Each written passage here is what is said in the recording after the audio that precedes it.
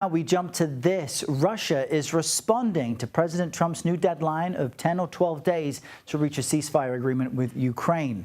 While Ukraine welcomes the new timeline, Moscow's demanding Ukraine make concessions. A deadly Russian airstrike overnight killed at least 17 people and wounded 42 others. High-explosive aerial glide bombs damaged surrounding homes. President Volodymyr Zelensky condemned Russia's deliberate strike, accusing Moscow of killing Ukrainians when a ceasefire, quote, could have long been in place. CBS News senior national security correspondent Charlie D'Agata joins us now from the Pentagon with more on this. Charlie, good morning to you. So yesterday we heard President Trump say that he already knows the answer that Russian President Putin will give him on this new deadline. Will sanctions or new sanctions possibly make a difference from where you sit? Hey, good morning, Errol. You know, it's really down to the Russians. And so far, the Russian response has been muted. Kremlin spokesman Dmitry Peskov said today Moscow had taken note of the new deadline and Russia remained committed to the peace process. That's what he said.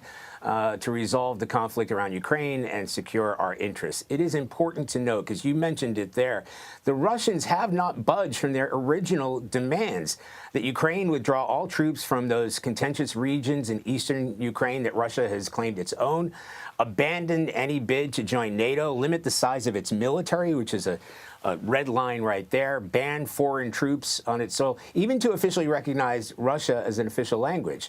Essentially the same conditions that Putin was seeking from the start of the war. Now, in terms of economic pressure, even if those secondary tariffs were to be effectively imposed, punishing countries like China and India for buying cheap Russian oil, it wouldn't immediately impact Russia's war chest in the short term.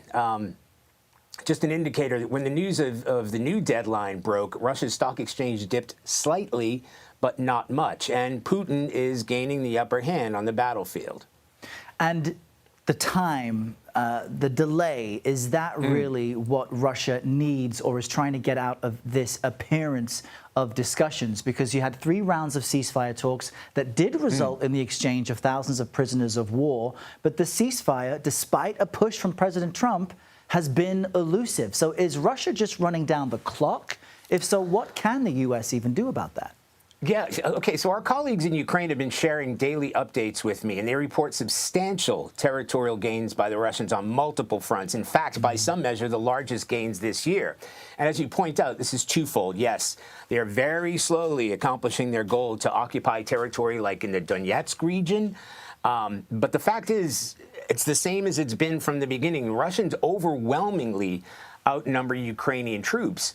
Ukraine just cannot fight toe-to-toe with the Russian forces man for man. And I've been there to witness that. And add to the fact that Russia has been setting pretty much nightly records of drone and missile strikes, not only along the battlefield, but targeting cities like Kyiv. That exhausts Ukraine's air defenses. On Sunday, it even triggered a NATO response in neighboring Poland, where Swedish fighter jets were scrambled for the first time since becoming NATO's newest member. So if anything, that original 50-day deadline intensified the attacks.